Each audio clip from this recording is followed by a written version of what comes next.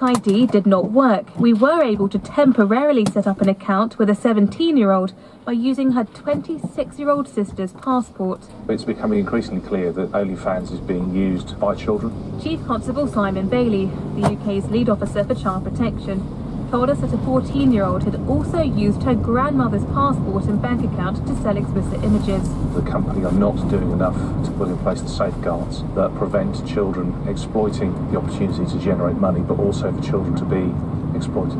OnlyFans says its efforts to stop children accessing its site limits the likelihood of them being exposed to blackmail or exploitation, and if notified about these behaviours, it takes swift action and disables accounts. The site has exploded in popularity across the world, including in the United States, where we found that an 18-year-old in Nevada had sold videos on OnlyFans of her having sex with a 17-year-old boyfriend in breach of the site's rules. Friends of the couple, who've now broken up, told us they earned $5,000 from one video alone. OnlyFans has now shut down the account and refunded all active subscriptions. A watchdog in the US says it's received reports of missing children appearing in explicit videos. Here's Stacey Sheehan from the National Centre of Missing and Exploited Children, known as NCMEC.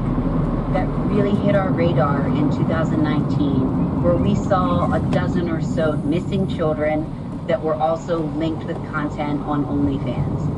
And that dramatically increased in 2020. We saw it almost triple. OnlyFans says it works with online exploitation agencies like NCMEC to raise any potential issues with the relevant authorities. In a statement, it said it constantly reviews its systems to ensure they are as robust as possible and manually reviews every application it receives to join the site. In response to our findings, the government said that OnlyFans had failed to properly protect children, and that new online safety laws would make sure this no longer happens.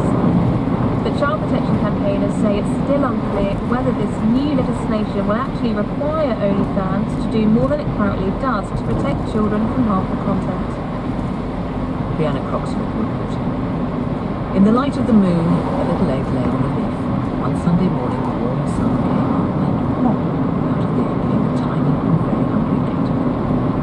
Those are some of the first words that generations of children will have been read and will read. They were written and illustrated by Eric Carr, who has died at the age of 80. The caterpillar was first published in 1969, but it is still going strong.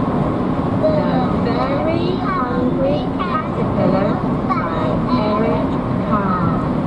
On Monday, he ate food. One apple, but he was still hungry. On Tuesday, he ate fruit. 2 pears, but he was still hungry. On Wednesday, he ate 3 plums, but he was still hungry.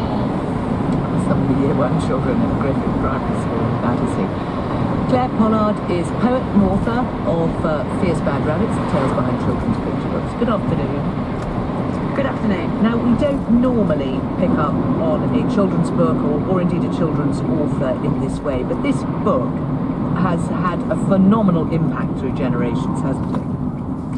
Yes. I think there's almost no adult in the Western world who wouldn't open up the Very Hungry Caterpillar and be transported back to their childhood. What is it? How is it managed to do that? Well, it was one of the very first kind of interactive books for small children. I think the halts in it are really important.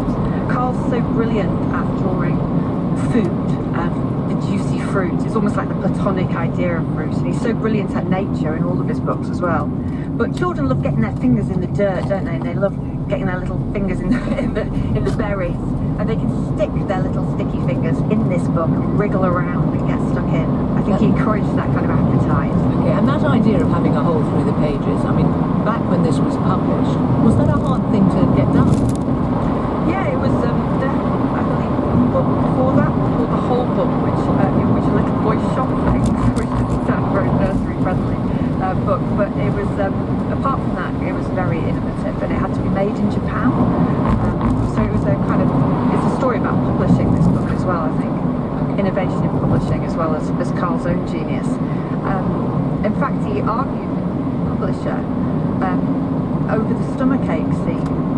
He said in a Paris Review interview that he fought bitterly with his publisher over it, and it really disgusted him. It ran contrary to the entire message of the book, that the caterpillar was kind of punished for eating all this beautiful food. Luckily, I don't think anyone really remembers the stomachache, do they? They just remember that beautiful slice of watermelon and that gorgeous chocolate cake. And